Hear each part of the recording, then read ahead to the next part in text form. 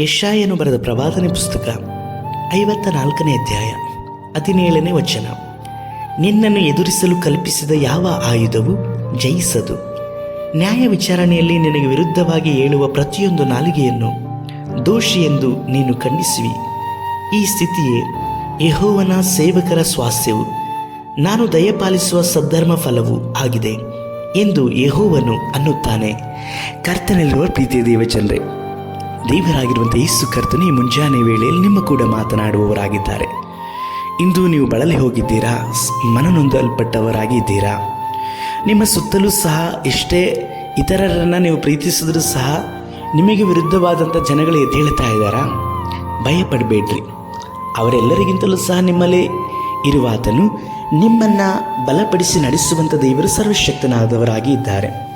ದೇವರಾಗಿರುವಂಥ ಕರ್ತನ ನಿಮ್ಮ ಜೊತೆಯಲ್ಲಿ ಈ ದಿವಸದಲ್ಲಿ ವಾಗ್ದಾನ ಮಾಡಲ್ಪಡ್ತಾ ಇದ್ದಾರೆ. ಏನೆಂಬುದಾಗಿ ನೋಡುವುದಾದರೆ, ನಿಮಗೆ ವಿರುದ್ಧವಾಗಿ ಕಲ್ಪಿಸಿದಂತಹ ಯಾವ ಆಯುಧವೂ ಸಹ ನಿಮ್ಮನ್ನು ಜಯಿಸಲಿಕ್ಕೆ ಸಾಧ್ಯವಿಲ್ಲ. ಹೌದು, ನಿಮಗೆ ವಿರುದ್ಧವಾಗಿ ಜನಗಳು ಎದ್ದೇಳ್ತಾ ಇದ್ದಾರಾ, ಮಾತನಾಡ್ತಾ ಇದ್ದಾರಾ?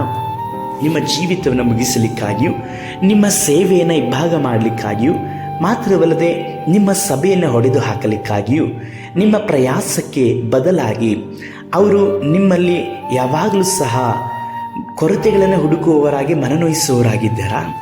ಆದರೆ ದೇವರು ನಿಮ್ಮ ಪ್ರಯಾಸವನ್ನು ನೋಡ್ತಾ ಇದ್ದಾರೆ. ನಿಮ್ಮ ಮನಸ್ಸನ್ನು ದೇವರು ಯಾವಾಗಲೂ ಸಹ ನೋಡುವವರಾಗಿದ್ದಾರೆ. ನಿಮ್ಮ ಅಂತರಂಗದಲ್ಲಿರುವಂಥ ನೋವುಗಳು, ನೀವು ಸೋತು ಹೋಗುತ್ತಿರುವಂಥ ಪರಿಸ್ಥಿತಿಗಳು, ನಿಮ್ಮನ್ನು ಕುರಿತಾಗಿ ಜನಗಳು ಆಡುತ್ತಿರುವಂಥ ಪ್ರತಿಯೊಂದು ಮಾತುಗಳು ನಿಮ್ಮ ಕಿವಿಗಳಿಂದಲೂ ಮುಖ್ಯವಾಗಿ ದೇವರ ಕಿವಿಗೆ ಬೀಳಲ್ಪಟ್ಟಿದೆ. ದೇವರ ಕಿವಿಗೆ ಬಿದ್ದಾಗ ಅವರು ಸುಮ್ಮನೆ ಇರ್ತಾರಾ? ನಿಶ್ಚಯವಾಗಿ ಆ ಆಯುಧಗಳನ್ನು ನಿರಾಯುಧವನ್ನಾಗಿ ಮಾರ್ಪಡಿಸಲ್ಪಡುತ್ತಾರೆ. ನ್ಯಾಯ ವಿಚಾರಣೆಗೋಸ್ಕರವಾಗಿ ಅವರನ್ನು ಸಿದ್ಧಪಡಿಸಿದ್ದಾರೆ. ಕರ್ತನು ನಿಮ್ಮ ಮುಖಾಂತರವಾಗಿ ಅವರಿಗೆ ನ್ಯಾಯವನ್ನು ತೀರಿಸುವವರಾಗಿ ಇದ್ದಾರೆ. ಯಾಕಂದರೆ ನೀವು ದೇವರಿಂದ ಆರಿಸಿ ತೆಗೆದುಕೊಳ್ಳಲ್ಪಟ್ಟಂಥವರು, ದೇವರಿಂದ ಅಭಿಷೇಕಿಸಲ್ಪಟ್ಟಂಥವರು. ದೇವರೇ ನಿಮ್ಮನ್ನು ಆರಿಸಿ ತೆಗೆದುಕೊಂಡಿರೋದ್ರಿಂದ ನಿಮ್ಮನ್ನು ಅವರು ನಿರಾಕರಿಸಿಯೂ ನಿಮಗೆ ವಿರುದ್ಧವಾಗಿ ಅವರು ಕುಯುಕ್ತಿಗಳನ್ನು ಮಾಡಿದ್ದರಿಂದ ದೇವರು ಅವರನ್ನು ದೋಷಿ ಎಂಬುದಾಗಿ ಎಣಿಸಲ್ಪಟ್ಟಿದ್ದಾರೆ. ಆದಾಗ್ಯೂ ಅವರಿಗೋಸ್ಕರವಾಗಿ ಪ್ರಾರ್ಥನೆ ಮಾಡಿರಿ.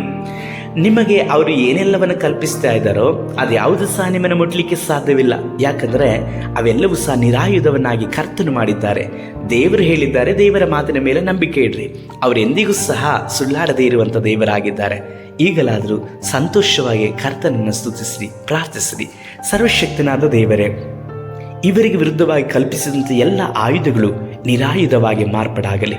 ಇವರ ಕುಟುಂಬಕ್ಕೆ ವಿರುದ್ಧವಾಗಿ, ಇವರ ಸಭೆಗೆ ವಿರುದ್ಧವಾಗಿ, ಸೇವೆಗೆ ವಿರುದ್ಧವಾಗಿ, ಇವರ ಆತ್ಮಿಕ ಜೀವಿತಕ್ಕೆ ವಿರುದ್ಧವಾಗಿ ಕಲ್ಪಿಸಿರುವಂಥ ಪ್ರತಿಯೊಂದು ಸೈತಾನನ ಆಲೋಚನೆಗಳು, ಸೈತಾನನ ಆಯುಧಗಳು, ಮನುಷ್ಯರ ಆಯುಧಗಳು ಯೇಸು ಕರ್ತನ ನಾಮದಲ್ಲಿ ಲಯವಾಗಲಿ. ಕರ್ತನೇ, ನೀವೇ ಇವರನ್ನು ಉದ್ಧರಿಸಿ ನಡೆಸಿರಿ. ಯೇಸು ಕರ್ತನ ನಾಮದಲ್ಲಿ ತಂದೆಯೇ, ಆಮೇನ್.